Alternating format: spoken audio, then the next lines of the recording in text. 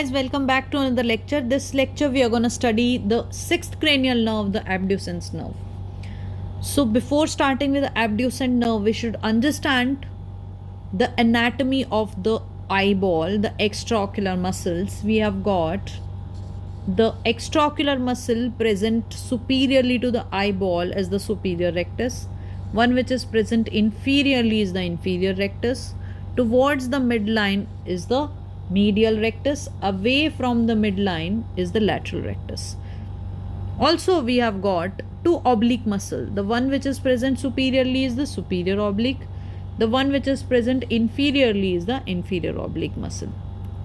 So these are the muscles of the eyeball: the superior rectus, medial rectus, lateral rectus, inferior rectus, superior oblique, inferior oblique. Now the formula is SO4 LR6 into 3. That means all the extraocular muscles are supplied by the oculomotor nerve except two muscles: superior oblique SO4, which is supplied by the fourth cranial nerve, the trochlear nerve, and LR, which is the lateral rectus muscle, which is supplied by the sixth cranial nerve, which is the abducent nerve. So now that we understand, the lateral rectus muscle is the one which is supplied by the sixth cranial nerve. So guys, this is the sixth cranial nerve which passes the cavernous sinus, which we have already covered in the cavernous sinus, that along with the cavernous sinus, along with the sixth cranial nerve, the internal carotid artery also passes the cavernous sinus. And then it is going to supply the lateral rectus muscle. As you can see, one which is away from the midline. So that's the midline. The muscle which is away from the midline is the lateral rectus. And the nerve supplying the lateral rectus muscle is the sixth cranial nerve, which is the abducent nerve. As you can appreciate well over here,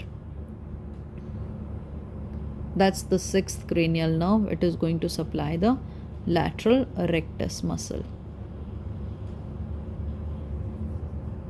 And if there is paralysis of this muscle, that means the movement of this side won't happen. So the patient won't be able to move the eyeballs laterally. So patient won't be able to see the laterally, to take the eye laterally. So that's the reason during the paralysis of this sixth cranial nerve, the abducent nerve, there is going to be the medial squint. So always I will fall in towards the medial side since there is paralysis of this lateral rectus muscle. Along with that, if there is paralysis of the sixth cranial nerve, the abducent nerve, the patient can have the double vision, which is the diplopia.